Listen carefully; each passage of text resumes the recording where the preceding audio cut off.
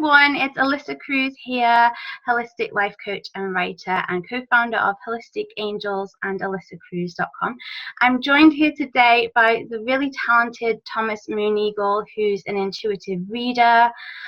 He's a teacher, he's an artist, he runs workshops on and lectures on various topics, including psychic protection, shamanic journeying, and he also has a YouTube channel. He's a YouTube personality at Thomas Mooneygle, and he's the author of the book and Drumming Down the Runes, Walking the 24 Roads, which I think is an amazing title. So thank you for joining us today, Thomas. Well, thank you for the wonderful introduction. It's really one of my talents is coming up with good titles for things. Brilliant title. Yeah, and I even have the titles for the next couple of books, even though I don't know what they're going to be yet. So that's amazing. Well, on the topic of your book, it's really interesting because you teach so many diverse topics. Mm-hmm. You are master in certain areas. I heard that you're a Reiki master as well, but you do have a diverse kind of field of vision in terms of what you teach. So what was it about Drumming Down the Runes, like that book, that you wanted to make? What kind of called you to make it? Well, and for a long time, I wanted to, like, one of my life goals was to write a book. Yeah. And I still can't believe that I did. So when I have a down day, I remind myself, oh, wait a minute, I did write a book. I did. You are an author. I am an author, yeah. So that's always something. So once you've done an accomplishment like that, it helps when you're feeling down to remind yourself of that. But it came out of one of my teachers said, and I have two different shamanic teachers that are both local where I live, which is very convenient, and they both get along, which is so nice. Yeah. Because that would be difficult if they didn't. But a lot of times someone will make this offhand comment and I will just take that comment and I will run with it.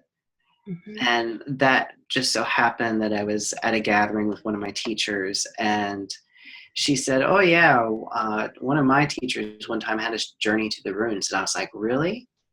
It's like, well, that would, a book of journeys to the runes, that would make a really nice book. And then it just sort of sat in the back of my mind for a few years while I continued to do more training. And then once that was done, I took 2 years, both for all the journey work and then to write it and get it published.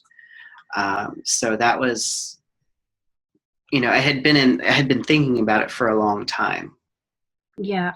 And then it became a whole other thing. And it even had to change like how I journeyed, because the way I journey normally, as I go right to the spirit and not paying too much attention to like where I am, I just want the answers. I just want the assistance and just get the quickest answers possible. And then I come back out, with the simplest answer.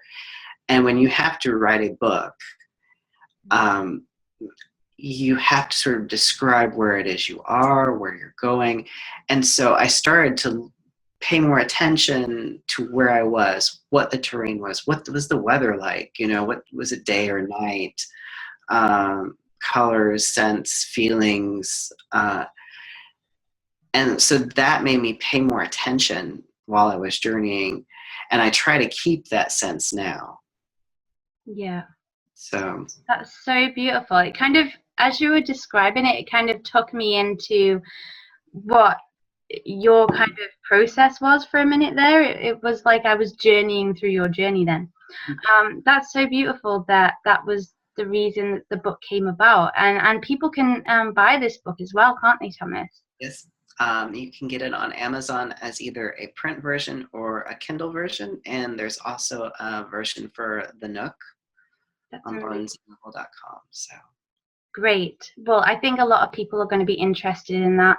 I myself don't have a lot of expertise in kind of runes or anything of that area. So especially kind of the journey that you've gone on with it. I love the fact that you know, it's walking the 24 roads. That's something that really drew me into it, and something that I think a lot of people are going to really enjoy.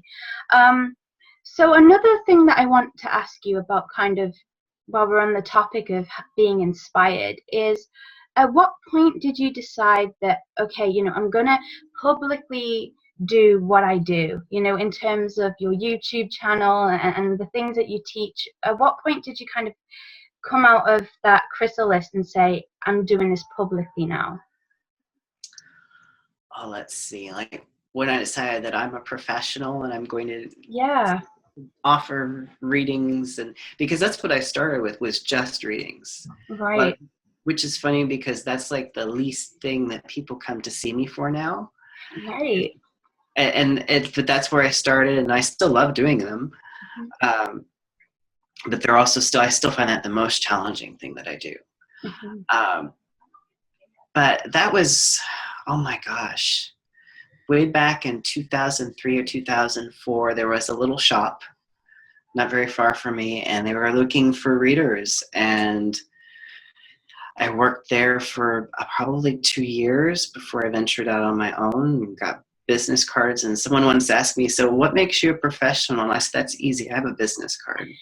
I love that. And so, because at some point you just kind of have to decide. And the thing was, I had been reading for over 10 years at that point, just privately and just with friends and people and acquaintances, you know, just at parties. And I had done it for years and years and years. And, you know, there's always that part of yourself that thinks, oh, I'm not good enough to do this, or what if I'm wrong, or, you know, and that's going to come up no matter how long you do it, because it still comes up for me. Mm-hmm. And you just have to one day decide that I'm doing this. And, you know, unless the universe shows me something that really lights me up more, Mm-hmm. and it gives me a definite sense, then this is what I'm doing.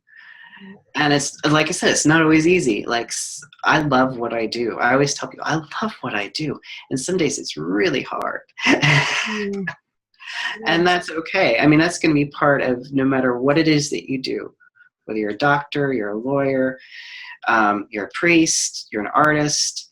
And because I do art as well, I can tell you nothing frustrates me more than when I'm fighting with materials.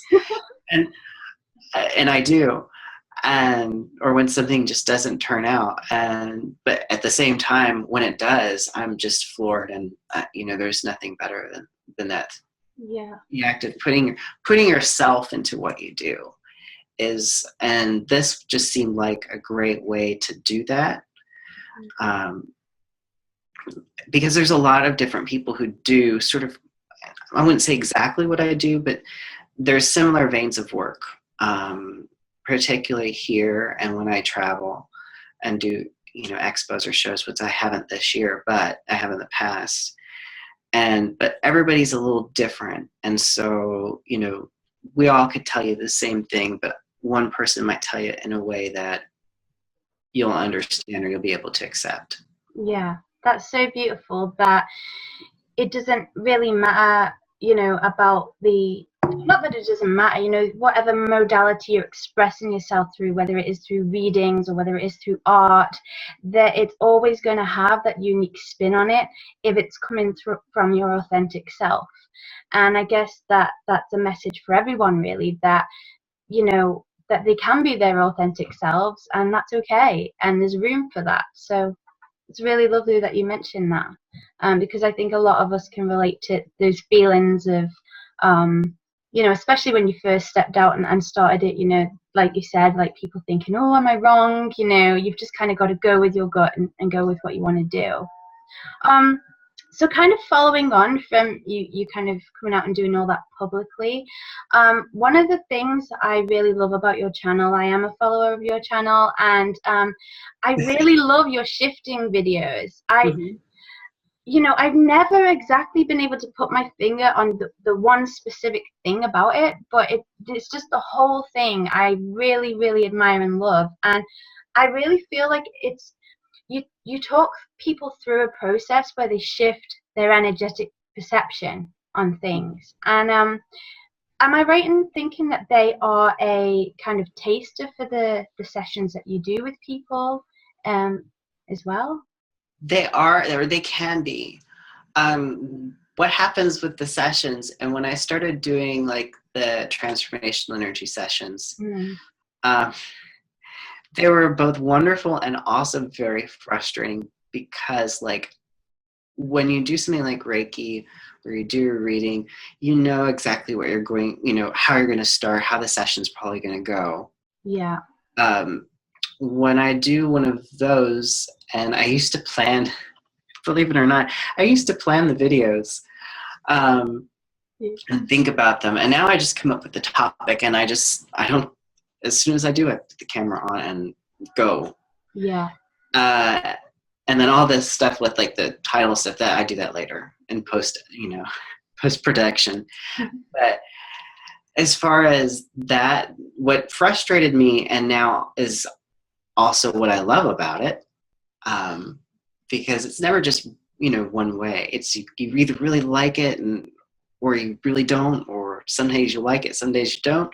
Was that I could never tell what the session was going to be until I was in the session, and sometimes I would have to, I say, poke around until I found a way in.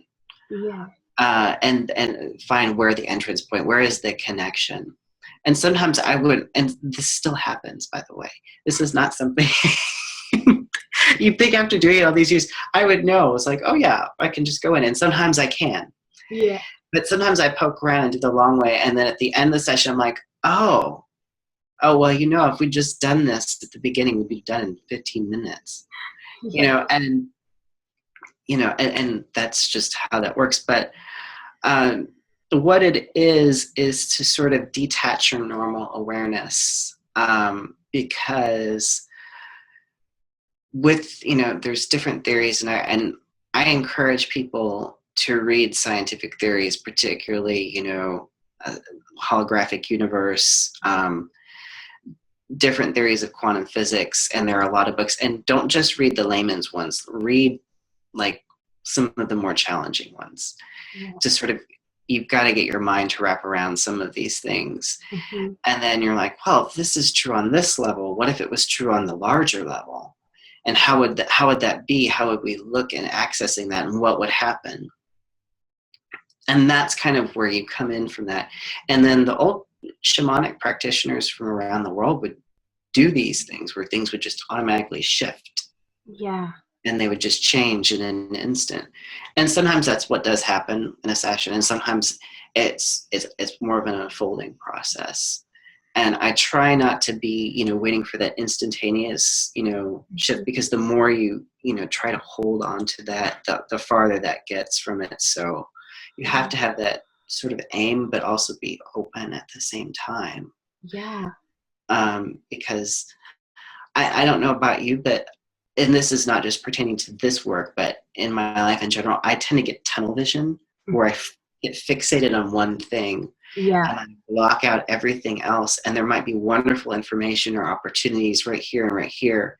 But because I'm so focused on this one thing, I don't see them, or I don't recognize them, or I don't follow them up. Yeah. And so the big part of this work is dropping into that state of openness and then interacting. And I'll be honest, some days I'm better at being open than others. Yeah, same. And I think as well, like what you were saying about having that tunnel vision, I can totally relate, because I remember when I came across your shifting videos, I wasn't 100% sure what to expect, because it's kind of like your own modality. I mean, in terms of my knowledge, I haven't come across that before. So I didn't have any expectations, which actually worked better because I didn't have those expectations. So the results I got were more than I could have imagined, really.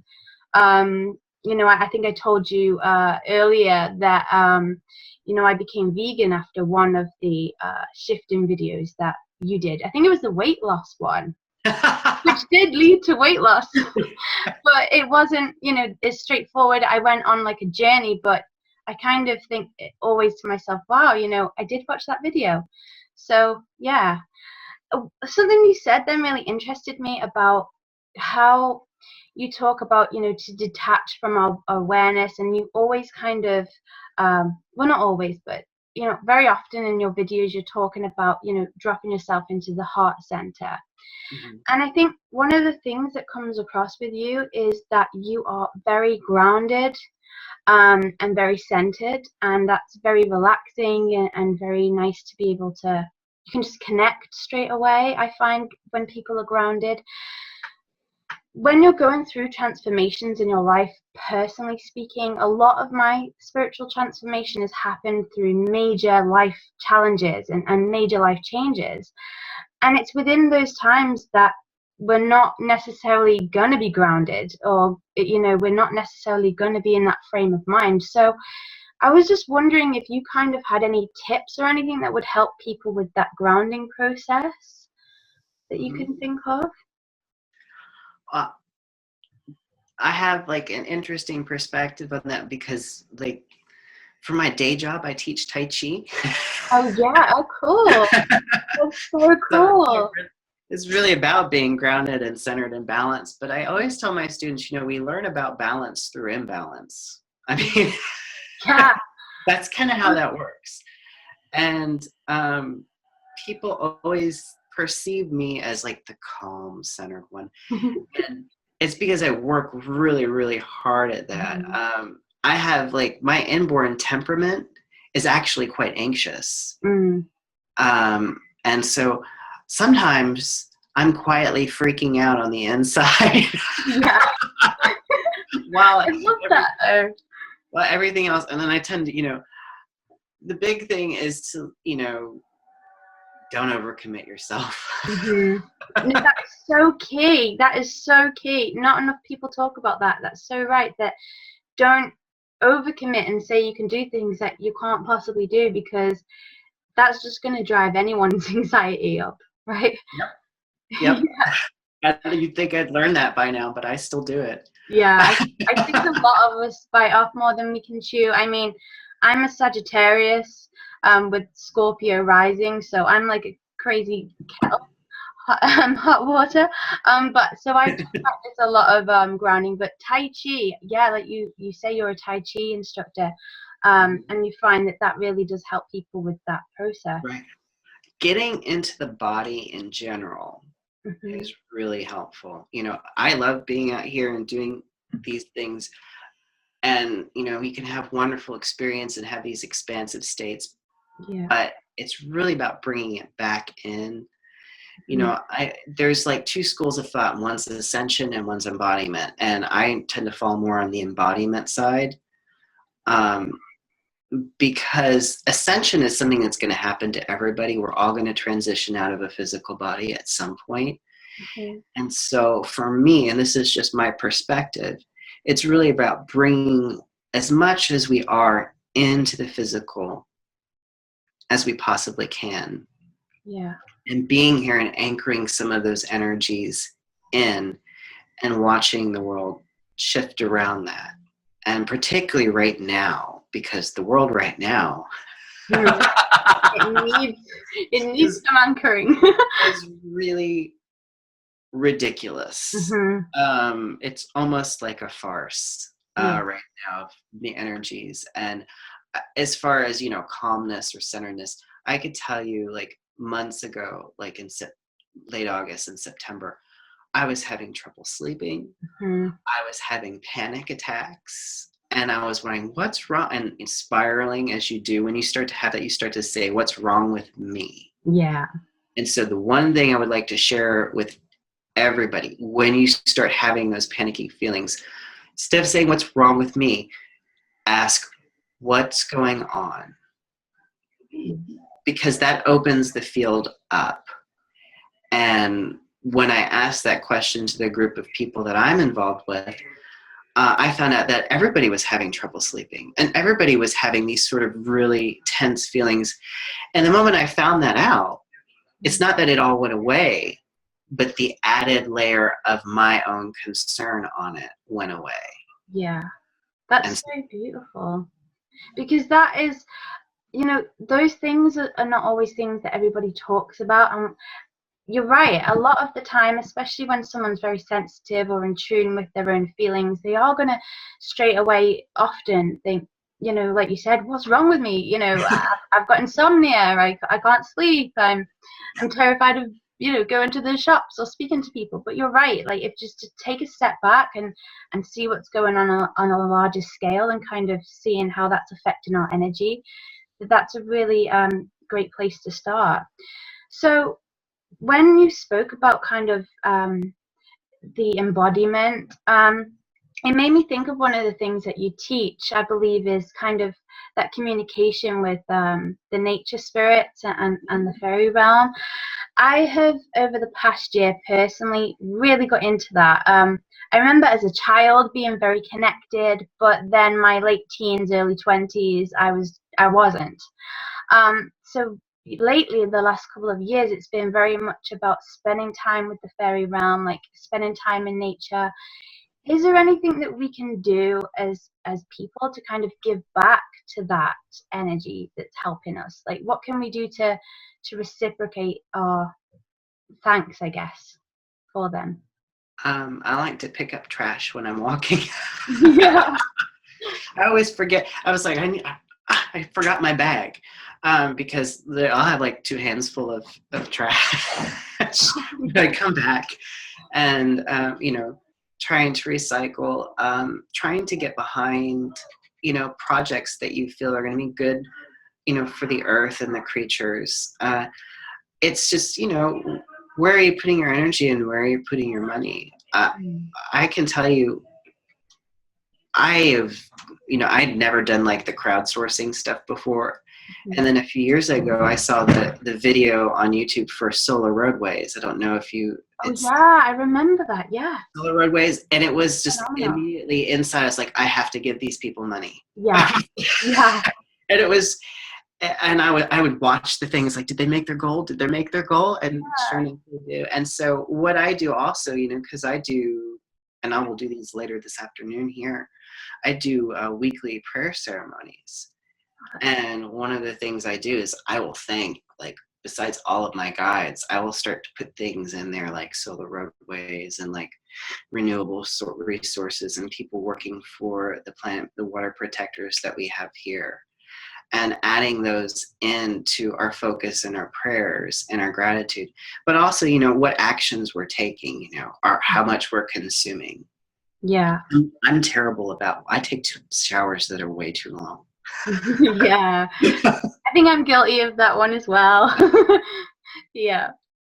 Yeah, I think there's stuff that we can all do, like you say, on that level, and clearing up trash, I think, it sounds like a simple thing, but not enough people are doing it. So I really think, that is a great way that we can give back. It's not going to take anything from us, but of course, if we do have the financial resource to give back to people that help us, to the planet, or in whatever way we can, then we should. You mentioned the prayer.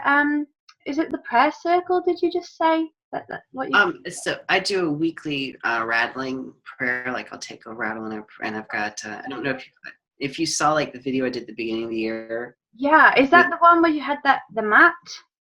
Yeah, the mesa laid out. Yeah, that's the word. And that was like a compilation of all of the prayers from 2016, like all done in sequence.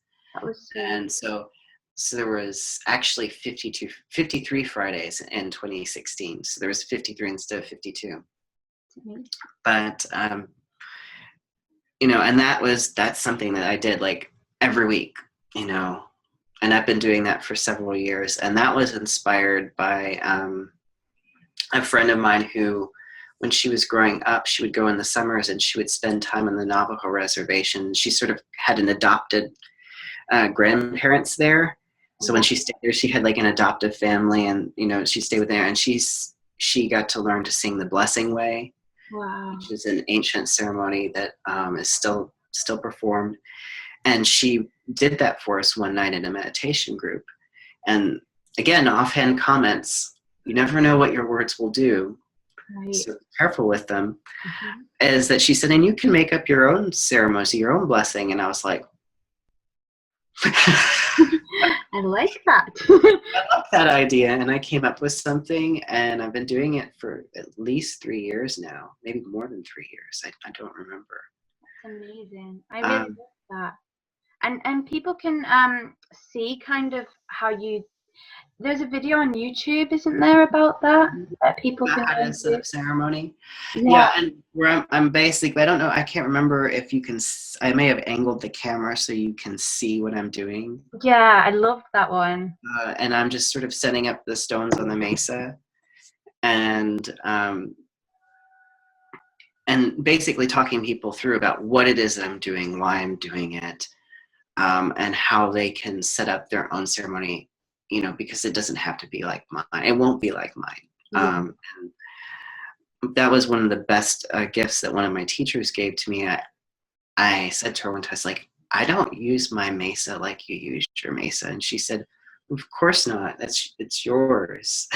You're going to do it your way. Okay. And, to have a teacher that gives you that space Mhm. to develop is really wonderful. Yeah. Um, And you're passing that on because I think, the more you kind of walk your path, you get into all these kind of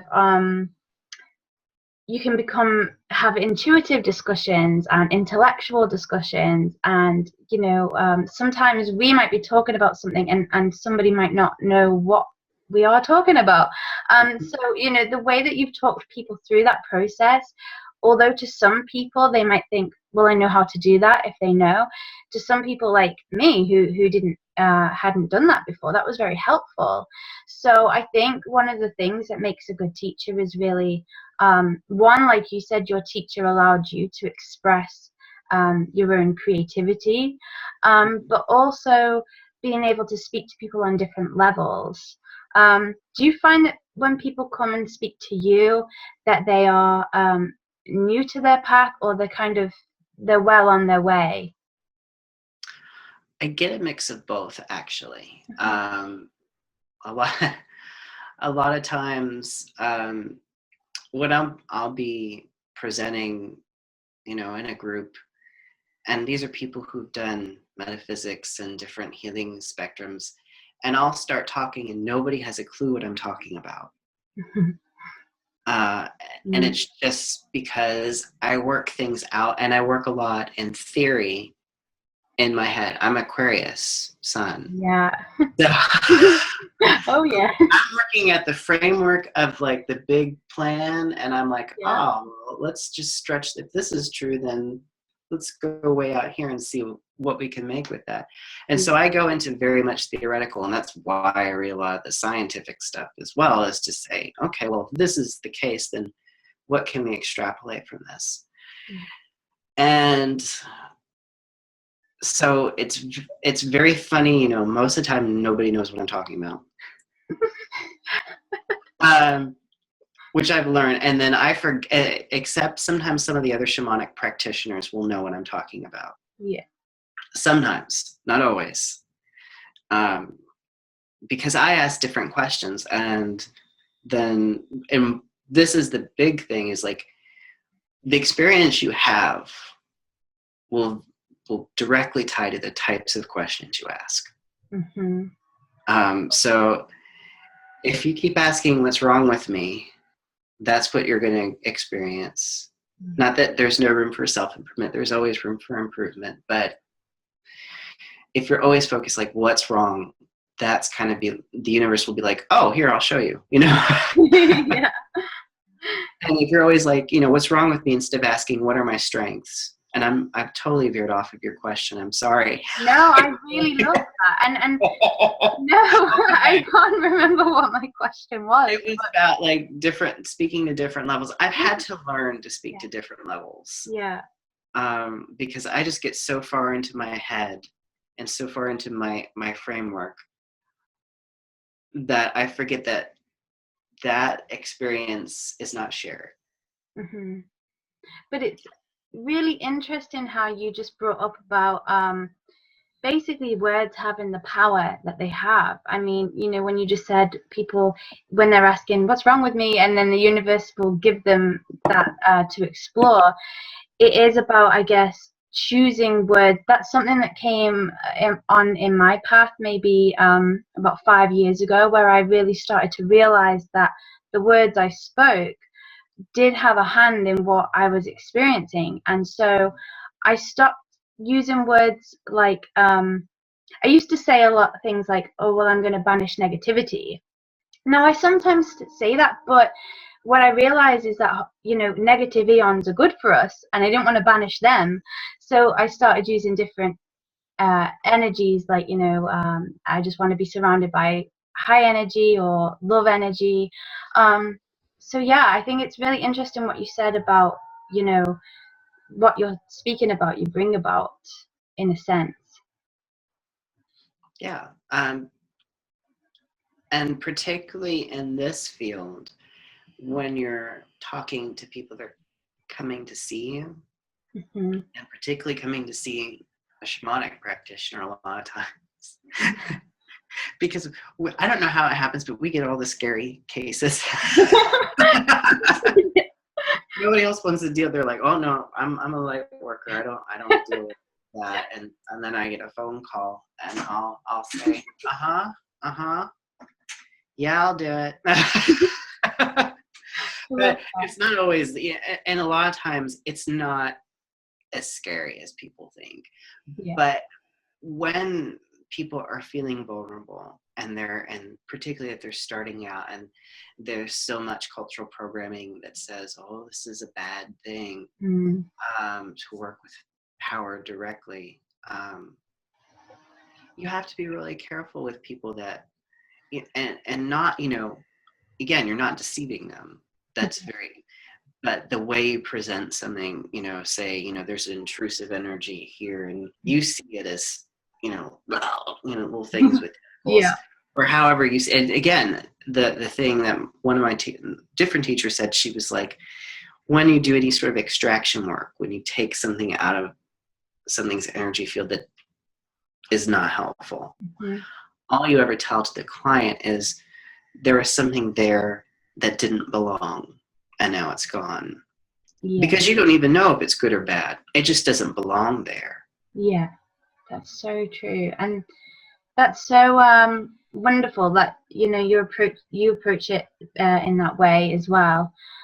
Because you're right, there are people that can when they're in a vulnerable position, and yes, you can just say what you're seeing, but like you said, how we see things isn't always the same. And I think it's really good that you're kind of using terminology people can understand and not be freaked out by. But I think it's really interesting, the shamanic work that you do, because like I say, that's not been a huge part of my path yet. But what kind of drew you down that? Were you born into that? Were you raised into that, or was it something you found yourself? I was not directly raised into that, actually, but because of my father's career with the airlines, we got to travel quite a bit. So we went out west quite a bit to a lot of these sites, these sacred sites and different places, and getting, seeing those different cultures, but also being in the space. And I've been wondering, how being a young child and being in these sacred spots affected my energy and like my proclivities for one thing or the other. Yeah. And I think it does. It has a huge effect to go to some of these natural sites, like the Grand Canyon, Yellowstone, the giant sequoias and Yosemite, and some of the other places out west, Devil's Tower, all these, and all of these others like the Anasazi Cliffs. I mean, that had a huge effect on who I even have a rattle from that I got, a Kachina rattle from when I was 6 years old that I still have. Wow. I use. That's so incredible that was your experience. Like, you know, what an experience that you'll always treasure, and that has kind of built you into living the life that you do now. It's just so cool that it's like, you know, our paths, yes, we have our free will, of course, but at the same time, there's certain things that we go through that can shape us, and then it's up to us how we kind of use what we've learned. I think that's so awesome. And I know that you do a lot of you know, did you do the drumming videos? Have you done one of those on YouTube? I think you did. I tried to do one. So hard to get the technology these days.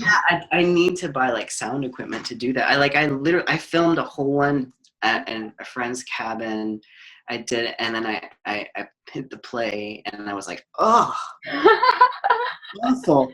I can't put that up. I can't put that up. Technology is such a letdown. But do you do those in your do you use that in your practice as a teacher? I do. Now in this office, it's really tiny, and it's the walls are not soundproof at all. That would be fun. If I'm gonna drum, it's gonna be after hours when I have the building to myself. So anytime I'm here, like late in the evening for a client or something, and after they've gone, if I'm here alone, I will take my drum out and I'll drum in the space to really, because it really brightens the space up. But I drum at the very least. I'm required to drum 4 times a year. It's sort of my contract with spirit on the solstices and the equinoxes. Wonderful. I drum more than that, but those are the only times that I'm absolutely required. Yeah, that's so amazing. And we have our summer solstice coming up soon, don't we? So you're planning something for that, I'm sure. Yeah, I've got that in the works, and I'll add a despacho ceremony with that too. So. Yeah, I watched a video on Despacho a couple of weeks ago, and it was so interesting to me. Anyone that's watching, please check out that video on Thomas's page, because it was just such a lovely thing. And you said that it's such a family orientated kind of process to go through as well, and you teach that as well, don't you? Oh, I'm sorry. Go ahead. I would really, I mean, my dream, hopefully you can come to the UK one time. That would be so awesome. So I'm going to put that manifestation out there. And if you agree to it, and your higher self agrees to it, and people watching this who can make that happen, then that would be really cool, because I'd love you to teach me about the despacho ceremony, because I found it so interesting.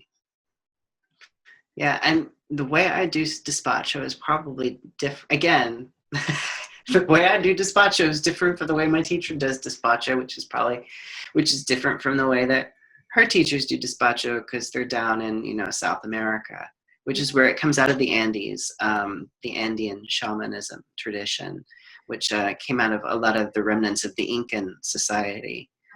Wow. So, and of course, because like in their ceremony, they use coca leaves, and I use bay leaves because the U.S. government frowns on us using coca leaves. Oh, really? Oh, wow.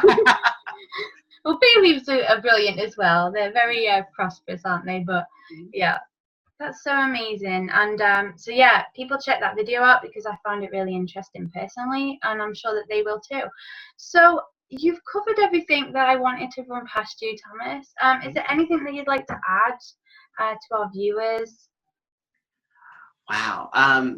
That, you know, there's so much out there, and just to experience, and if you can think about it, it's probably existing somewhere on the magical spectrum.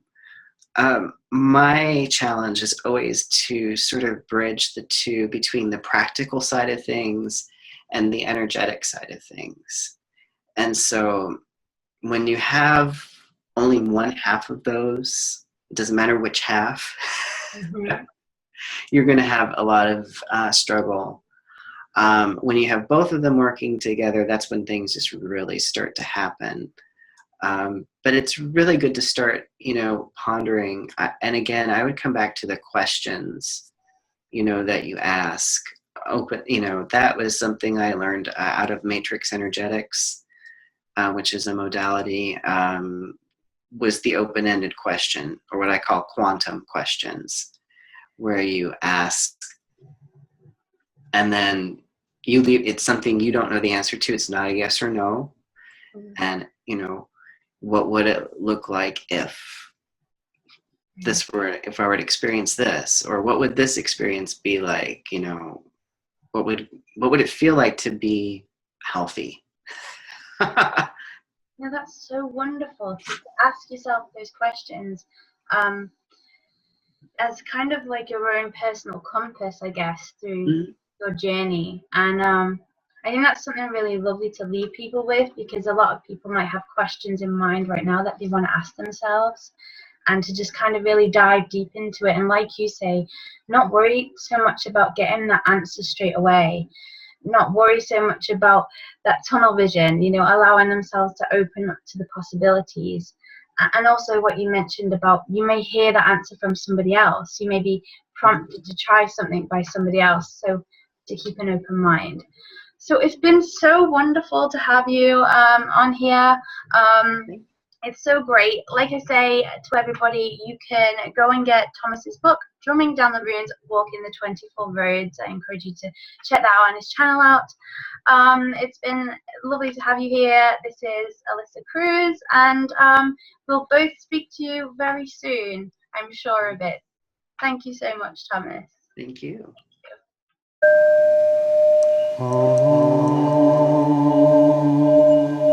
So